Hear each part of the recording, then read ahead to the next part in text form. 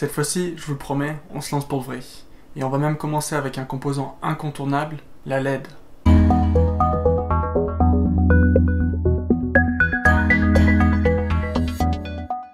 Une LED, c'est un composant électronique qui permet d'émettre de la lumière uniquement lorsque ce composant est traversé par un courant électrique. Et pour être plus concret, on utilise une LED pour indiquer visuellement une information.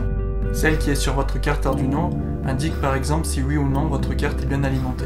Ce qui est très important de savoir, c'est que pour allumer une LED, on utilise toujours en série une résistance qui permet de limiter le courant. Sans cette limitation de courant, la LED serait grillée instantanément. Pour notre première application, on va utiliser une résistance comprise entre 150 et 220 ohms. Si vous ne savez pas d'où viennent ces valeurs, je vous encourage de regarder cette vidéo qui vous expliquera en moins de 2 minutes comment dimensionner la résistance série d'une LED.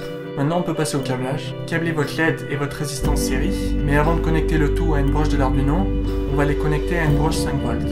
C'est juste pour vérifier que la LED fonctionne et qu'elle est montée dans le bon sens. Une fois que c'est vérifié, on connecte le tout à une broche digitale de la carte.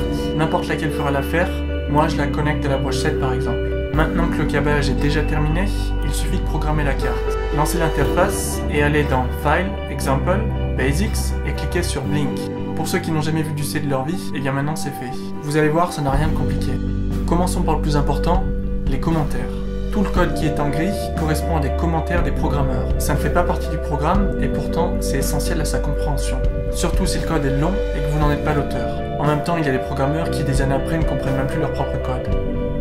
Il existe deux façons d'écrire des commentaires, soit sur plusieurs lignes, soit sur une seule ligne. Maintenant que je vous ai dit comment ajouter du commentaire, vous n'avez plus d'excuses pour ne pas le faire. Intéressons-nous désormais à la structure même du code.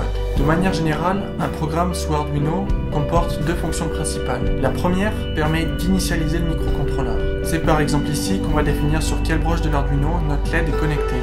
Dans mon cas, la LED est connectée à la broche 7, donc j'indique tout simplement 7 à la place de 13. On configure par la même occasion si cette broche sera une entrée ou une sortie. Dans le cas présent, il s'agit d'une sortie, parce que la LED sera commandée par l'Arduino. La deuxième de ces fonctions est ce qu'on appelle une boucle infinie, c'est-à-dire une fonction qui se répète indéfiniment. La première ligne de cette fonction permet d'indiquer au microcontrôleur de placer la sortie 7, dans mon cas et non pas 13, à l'état haut qui signifie que notre LED sera alimentée en 5 volts et donc allumée. La deuxième ligne indique une attente de 1000 millisecondes, soit 1 seconde. Notre LED va donc rester allumée pendant 1 seconde. La troisième ligne indique cette fois que notre sortie doit être mise à l'état bas. On éteint la LED. Et la quatrième ligne indique que nous allons garder cette LED éteinte pendant encore 1 seconde. Mais comme nous sommes dans une boucle infinie, on recommence à partir de la première ligne. Et ça pour une durée indéterminée, ce qui donne le résultat suivant. Je vous donne une astuce, prenez l'habitude de déclarer la broche à laquelle votre carte est connectée au tout début du code. Ça permet de le mettre à jour de manière plus facile et plus rigoureuse. Vous voilà désormais capable d'allumer une LED et de la faire clignoter.